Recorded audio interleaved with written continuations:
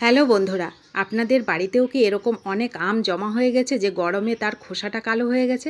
তো খোসা কালো হয়ে যাওয়া আম ফেলে না দিয়ে এইভাবে খাবার তৈরি করে খান, অনেক মজা পাবেন। তার জন্য একটা আম নিয়ে টুকরো করে কেটে নিতে হবে। এক বাটি সুজির মধ্যে আমের টুকরোগুলোকে দিয়ে আমের মিষ্টির উপর নির্ভর করবে আপনি কতটা চিনি দেবেন। সেরকম চিনি দেবেন 2 চামচ গুঁড়ো দুধ আর বাইন্ডিংয়ের জন্য 2 চামচ ময়দা। আর এখানে আরও সুস্বাদু করার জন্য আমি 2 চামচ নারকেল কোড়া দিলাম। হাতের কাছে থাকলে অবশ্যই দেওয়ার চেষ্টা করবেন, খেতে অনেক বেশি মজার লাগবে।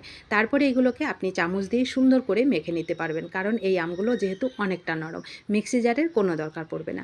এটাকে আরও সুন্দর করার জন্য আমি হাফ চামচ বেকিং পাউডার দিলাম। বেকিং পাউডারটাকে দিয়ে সুন্দর করে জমিয়ে আরও 2 মিনিট এটাকে সুন্দর করে মেখে নিতে হবে, যেহেতু সুজিটা যেন নরম হয়ে যায়। তো দেখুন, সুজি নরম হয়ে যাওয়া পর্যন্ত এইগুলোকে ভালো করে মেখে নেওয়ার পরে অন্যদিকে কড়াইতে তেলটাকে গরম করে সুন্দর করে ছোট ছোট করে পকোড়ার মতন এইগুলোকে দিতে হবে। গ্যাসের ফ্লেমটাকে মিডিয়াম টু লোতে করে রাখবেন। এই পকোড়াগুলো এত মজার লাগে খেতে, আপনি তালের বড়াও এত স্বাদ পাবেন না। এত সুস্বাদু এই পাকা আমের গোল গোল এই পকোড়া, খেতে অসম্ভব মজার লাগে। তো আপনার বাড়িতে বেশি পেকে যাওয়া আম ফেলে না দিয়ে এইভাবে পকোড়া তৈরি করে খান। এগুলো কিন্তু রেখেও খেতে পারবেন কয়েকদিন, খেতে অসম্ভব মজার লাগে। তো ছোট্ট রেসিপিটা কেমন লাগলো অবশ্যই কমেন্ট করে জানাবেন, আর ভালো লাগলে লাইক, শেয়ার, সাবস্ক্রাইব করে প্লিজ আমার পাশে থাকবেন। ধন্যবাদ।